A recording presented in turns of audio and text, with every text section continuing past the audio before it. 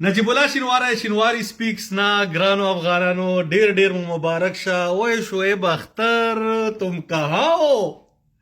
تم کہاں ہو؟ ایک نہیں 2 بار پینٹ آپ کو لگا. چلو پہلی بار تو پینٹ ہم نے بولا یار تم کمپلین کرے گا پچ خراب ہے, سکور کم تھا, لڑکے ینگ تھے, انٹرنیشنل کا پریشر تھا. مگر اب کیا ہوا؟ سکور بھی اچھا تھا, پچ بھی اچھا تھا, مگر تمہاری ٹیم جو تھی نا وہ کچرا تھی. تو کچرا ٹیم ہمارے ساتھ کھلاؤ گے تو ہم ایسا مارے گا, 1 نہیں 2 دفعہ مارے گا, انشاءاللہ 3ری دفعہ بھی مارے گا. یہ تمہارا حال ہوا. کنگریچولیشن. آپ دیکھو جب بھی آپ ہر کسی کے بارے میں پینٹا کا بات کرو نا, ہمارے بارے میں کرو گے نا, ہم یاد رکھے گا. پٹھان 100 سال تک بھی نہیں بھولے گا.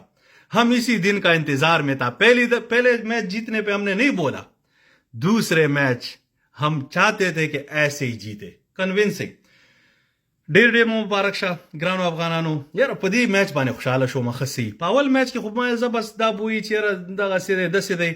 سیکنډ میچ 130 خسي سکورو, پیچ هم هغسې پیچ نه و. د پاکستان خپله غلطي وه. هغه پهلوان کیپر چې ته اوس دغسې کیپر لوبی همدغسې کسان, نو دا خو ګوره څوک به وایي چې یاره دا ستا د پی ایس ایل ټیلنټ و او د پی ایس ایل ټیلنټ تیرا میدان تک او موږ ورسره همداسې لوبه وکړه. هسې دا ګیم په خپله موږ زموږ لوبغاړو داسې راکاږه, کینې چې راکاږلی نه وی.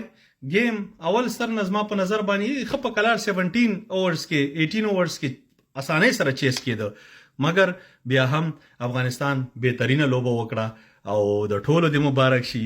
زیاتو خبرو پکې ضرورت نشته, بس ډېر خوشحاله یم. دا سړی زه 2019 ورلډ کپ کې وم او هغه وخت کې د هلکه افغانستان نه لوبه دومره کلوز ګیم چې وګټې, په دې کې پینټه کوم ځای نه راغله. پینټه خو هلته وي چې سم د را تیر میچونه ګټلي وو. هر یو ګیم 4 ګیمونه چې مونږ کلوز راغلي ون ډے او T20 سره.